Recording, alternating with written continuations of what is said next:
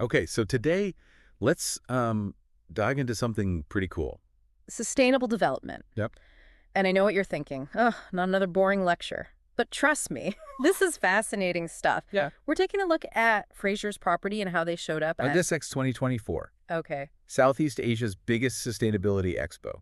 It just wrapped up last week, actually. It did. Did you by any chance get to go? Oh yeah, the energy there was incredible. Yes, yeah. Frasers Property really stood out, especially with their goal to hit net zero carbon emissions by 2050. Right. That's not an easy feat. Especially for a company as big as they are. Huge commitment. They're into commercial real estate, residential, all sorts of things. But they really seem to be like weaving sustainability into like their DNA. Yeah, they're all about that ESG, environmental, social, and governance. And it's really about how companies like Frasers Property are baking sustainability into like their whole business strategy. Right. It's not just a side project. It's becoming like core to how they operate. So it makes their presence at SX 2024 even more interesting. Yeah. Especially since the theme was creating better living for a sustainable future.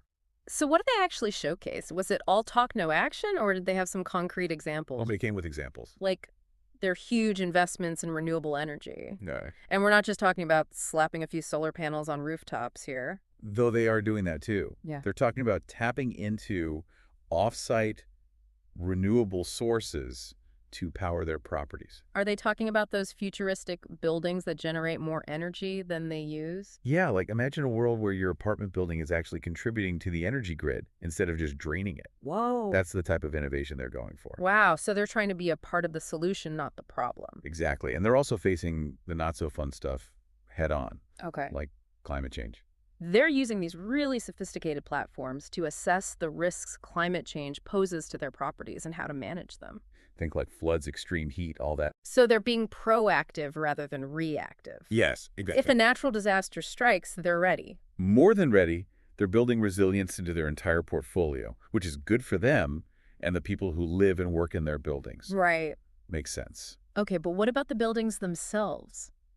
What are they doing to make the actual buildings more sustainable? They're all over green building standards. Okay. We're talking using recycled materials, minimizing waste during construction. Creating spaces that are healthier and more sustainable for people to actually live and work in. They're even going for those fancy certifications like lead. LEED certified. Mm-hmm. That's not easy, is it? That's a big deal. I feel like even my houseplants would struggle to get LEED certification. Right? It means they're really thinking about every aspect of sustainability in their buildings. So they're ticking every single box on the sustainability checklist. What else are they doing? Well, they're looking beyond their own operations at their entire supply chain. They're making sure that the companies they work with are also adhering to responsible environmental and social practices. So it's like sustainability is a team sport. Exactly. Everyone working together. And to really see their vision in action, we need to talk about One Bangkok. This is where things get really interesting. Okay, One Bangkok. A city within a city. That sounds massive. But also a little intimidating. Yeah. Like, how do you even begin to make an entire city sustainable? Well, that's what's so impressive about One Bangkok. It's not just about being big, it's about being thoughtful. Okay. Imagine this. You're walking to work. Not through exhaust fumes and crowded sidewalks. But through like these lush green spaces. Okay. You can hop on an electric tram. Maybe grab a coffee at a cafe that sources all of its ingredients locally. That does sound pretty idyllic. But I mean, what does that actually mean for the people who live and work there?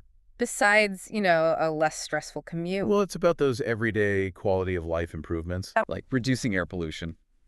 Lowering energy consumption. Just creating an environment where people can actually like breathe and relax. Right. Imagine what that would do for public health alone. Okay. Not to mention, One Bangkok is aiming for light platinum certification. Wait, light platinum? Mm-hmm. Didn't you say my houseplants would struggle to get that? Yeah. What makes this project so special? It's actually the first project in Thailand to achieve elite platinum certification for neighborhood development. Wow. That's the highest level they give out. It means that they're going above and beyond in every single aspect. Sustainable site development, water efficiency, energy performance, you name it. Wow, they really are not messing around. Nope. And get this. On top of that. One Bangkok is also Wired Score and Smart Score certified. What? Think buildings that are practically talking to each other to like optimize energy use. Seamless connectivity everywhere you go. A digital infrastructure that supports a truly modern and sustainable lifestyle. Okay, so we've got the eco-friendly part. They've got the tech side covered. Right. It's like a sustainable city for the digital age. But what about the human element? That's where the WELL building standard comes in. Okay. One Bangkok is going for that too. Okay. Break that down for me. What does WELL actually mean? Think of it as like a holistic approach to well-being. Okay. We're talking air and water, quality access to natural light design elements that promote both physical and mental health. Mm-hmm. It's about creating spaces that nourish the people who are actually in them. Not just buildings that look impressive from the outside. So it seems like they're really trying to walk the walk, not just talk the talk. So Frasers Property is building these incredible forward-thinking projects. But how does this tie into the future of sustainable development? Do they talk about that at SX2024? Oh yeah, for sure. Frasers Property hosted a bunch of talks and discussions. And things got really interesting. Yeah. They brought in all these experts. From the Bangkok governor to environmental activists, urban designers, architects. Wow, a real who's who of sustainability. Yeah, it was really cool. What were the big takeaways? What did they say about the future? One of the biggest themes was about how we find that pathway to a sustainable urban future. Especially for rapidly growing cities like Bangkok, Right. there was a real sense of urgency in the room. Like, we need solutions now to address things like climate change, population growth. All the challenges those bring. Right. Like, Oh, how yeah. do you house more people and become more environmentally friendly at the same time? That just seems like a puzzle. Exactly. And they weren't shying away from the tough questions either. Okay. Like, one whole session was dedicated to shaping Bangkok's future. How do cities need to adapt to become more resilient, more livable? Especially with climate change looming large. Wow, so they're really thinking long term. Not just about the next building that they build, but about the next generation. Did they address the housing crisis at all? Because finding affordable, sustainable housing in a city like Bangkok, It just seems nearly impossible. oh, they did. They dedicated a whole discussion to exploring sustainable housing solutions. Okay. Things like using innovative materials, energy-efficient designs, alternative construction methods. Okay. It was fascinating. So are there any easy answers? Like, what's the magic solution? Unfortunately, there's no magic solution, no one-size-fits-all. But the exciting part is that they're actually asking these questions and pushing the boundaries of what's possible. Okay. They talked about using things like prefabrication and modular construction. To bring costs down and Yeah. speed up building time. So they're trying to make sustainable housing more accessible, Mm-hmm. not just a luxury for the elite. Exactly. I like that. And it's not just about the buildings themselves. It's about the communities that they exist in. How do you create walkable, well-connected neighborhoods that foster a sense of belonging? You know, these are the kinds of things that they were grappling with. Okay, so we've got these big ideas. These innovative projects. Well, let's bring it back down to earth for a second. What does all of this actually mean for the average person? It's easy to get caught up in the excitement of it all. Yeah. But how does this translate to our day-to-day lives? That is the million-dollar question, isn't it? How do we bridge that gap between these grand visions? And the choices we make every single day. So, like, it's great that these companies are thinking big, right? And they're building these sustainable utopias. Mm-hmm. But how can we, as in like regular people, not urban planners, actually support that? I think it's about realizing that even though we're not out there, like, designing cities, We're still residents, we're consumers, we're voters, and Yeah. all those roles give us influence. okay, so it's about being more conscious of our everyday choices. Exactly. Like every time that you choose to walk or bike instead of driving, Hmm. every time you're supporting a local business that prioritizes sustainability, Even just the products that you buy.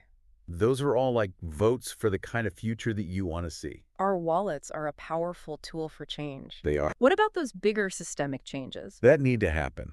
Right. That feels a little beyond my pay grade. I think in those cases, it's really important to like speak up and advocate for policies that align with those values. Mm-hmm. You know, support politicians and leaders who are pushing for sustainable solutions. Okay.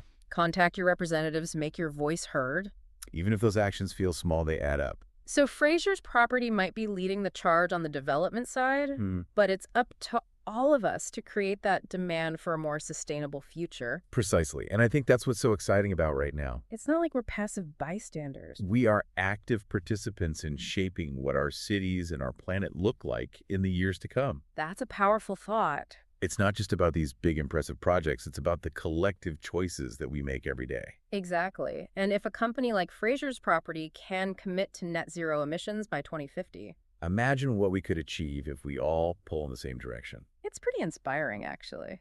Well, this has been a fascinating deep dive. Into the world of sustainable development. It has. We've gone from the nitty-gritty details of green building standards To these really big questions about the future of our cities. and the role that we all play in shaping that future. It's an exciting time to be paying attention. Absolutely. So for everyone listening, Keep asking those questions.